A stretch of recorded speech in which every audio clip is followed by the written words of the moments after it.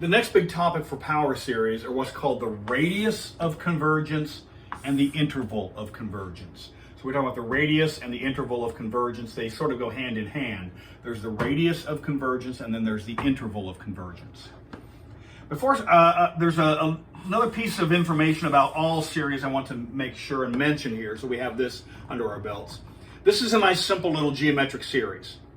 And we know this geometric series actually does converge, right? So we can think of this, we actually can think of this as a power series where x is equal to 2/3. This is a power series centered at 0. This is not the center, so this might or might not converge. It turns out this does converge because we know how geometric series, how they behave, all right? But I want to look at this.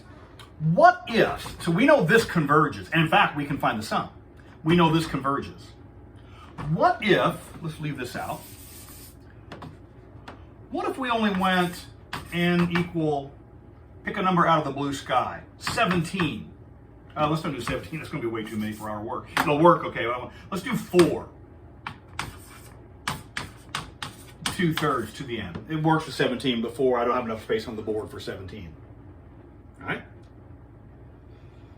What does this, now this sum we know is finite. This sum is finite. In fact, let's expand this out. When it is 0, this is 2/3 to the 0, which is 1. And when it is 1, this is 2/3. And then this is 4/9, multiplied by 2/3 each time. And then this is 8/27, and this is 16/81, and this is 32 243rds, and that's about as far as I want to go, but it continues on out. We know that sum, we know what the sum is equal to. It's a over 1 minus r. It's a over 1 minus r, which is 1 over 1/3, which is 3. We know this sum is equal to 3. But what about if we don't start at 0? Does this converge? Well, I think it should be clear that it has to. Because what is this? When it is 4, this is 2/3 to the 4th, which is 2 to the 4th is 16, 3 to the 4th is 81, plus 32 over 243 plus, and it's not very hard to see that all the values here are going to be all these values here. All we've done is we've left off 0, 1, 2, 3. We've left off term 0, term 1, term 2, and term 3.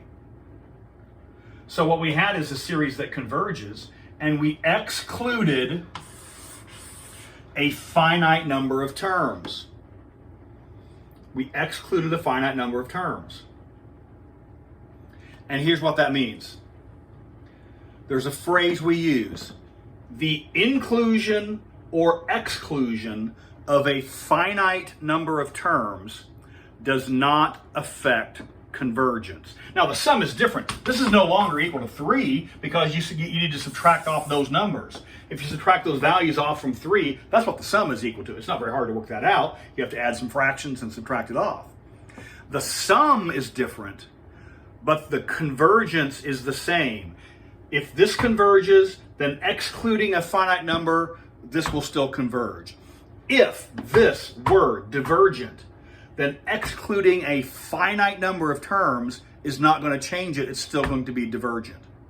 If this were, instead of 2/3, if this were 3/2, now these numbers would all be different, but that sum is divergent because now r is greater than 1. And so this diverges. If we only went from, suppose we say, well, this adds up, this goes off to infinity. Let's leave some of the values off.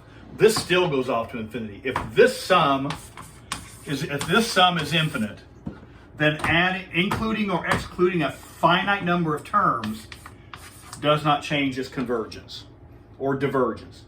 So convergence, divergence is not affected by including or excluding a finite number of terms. That's true not just of geometric series, that's true of any series. That's the very long of, the short of is this. Sometimes we'll start n equals 0 to infinity. Sometimes we'll start n equals 1. Sometimes we'll start n equals 2. Where we start is irrelevant. As long as we have an infinite number of terms and we're only changing a finite number of them, if all we're interested in is converge, diverge, the result is the same.